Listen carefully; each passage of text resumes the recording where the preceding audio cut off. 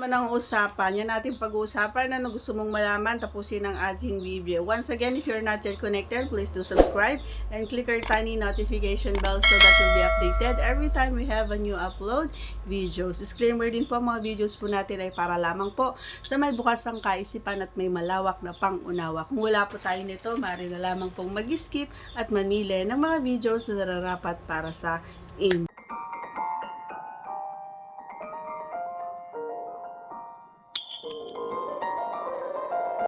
Alright.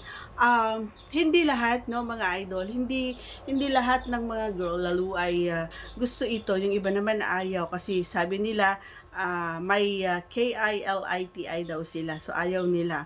Hindi ko ba alam. Pero dati ganun din ako, no. Pero nung depende rin siguro, no, sa gumagawa nito sa amin. Kasi may gumawa nito sa akin na hindi naman siya ganun kasaya at hindi naman siya ganun ka-gentle. Basta nasaktan ako. Alam mo yung feeling na nakagat ako ng alupihan, ganun. Ganun siya kasakit. So, hindi ko na pinaulit pa sa kanya. Pero syempre, kapag yung kapareha mo ay nauunawaan niya, sa tingin mo pa lang na kailangan dahan-dahan. I-ano mo, yung i-care mo, kumbaga. Kasi nga, napakalambot nun eh. Ang lambot nun, napaka-soft. Kumbaga, hindi mo kailangan magmadali. Hindi mo kailangan ganunin eh, hindi pwede ganun eh.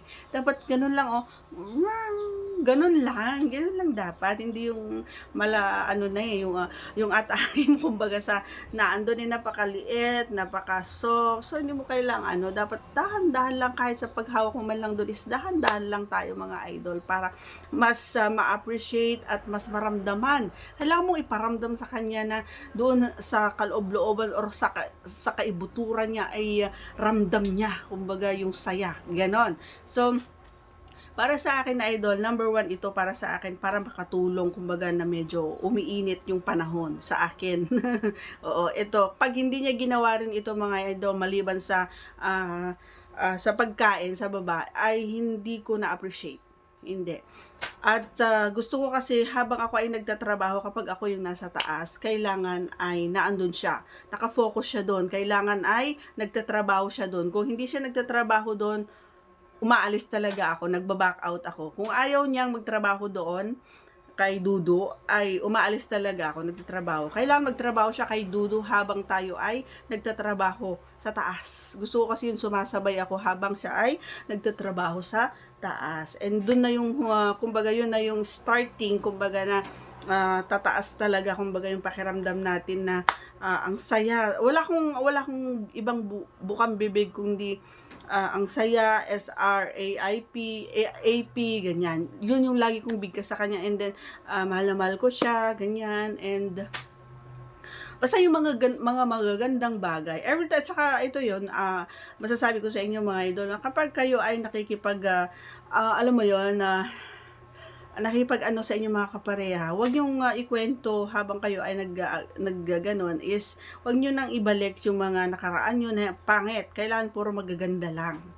Kasi ang sarap kasi sa pag yung iniisip po habang ikaw ay nagtatrabaho or siya ay nagtatrabaho sa baba mo or ako ay nagtatrabaho sa baba niya, yung magagandang memories. Wag niyo nang ibalik yung mga past, yung mga excess, ganyan. Wag niyo nang pag-uusapan. Yun yung iwasan natin, okay? So para sa akin, mga idol, dun sa tanong mo, napaka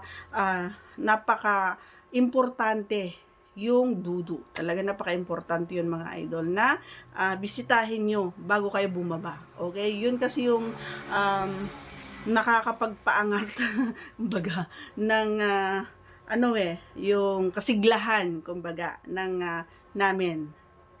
Pero hindi ko nilalata. Basta ako yun yung pinaka nagpapasigla sa akin for the starting point, ganon. So that's all for today's video. Once again, if you're not yet connected, please do subscribe and click our tiny notification bell so that you'll be updated every time we have a new upload videos. Thanks for watching, everyone. See you again on our next vlog. Bye!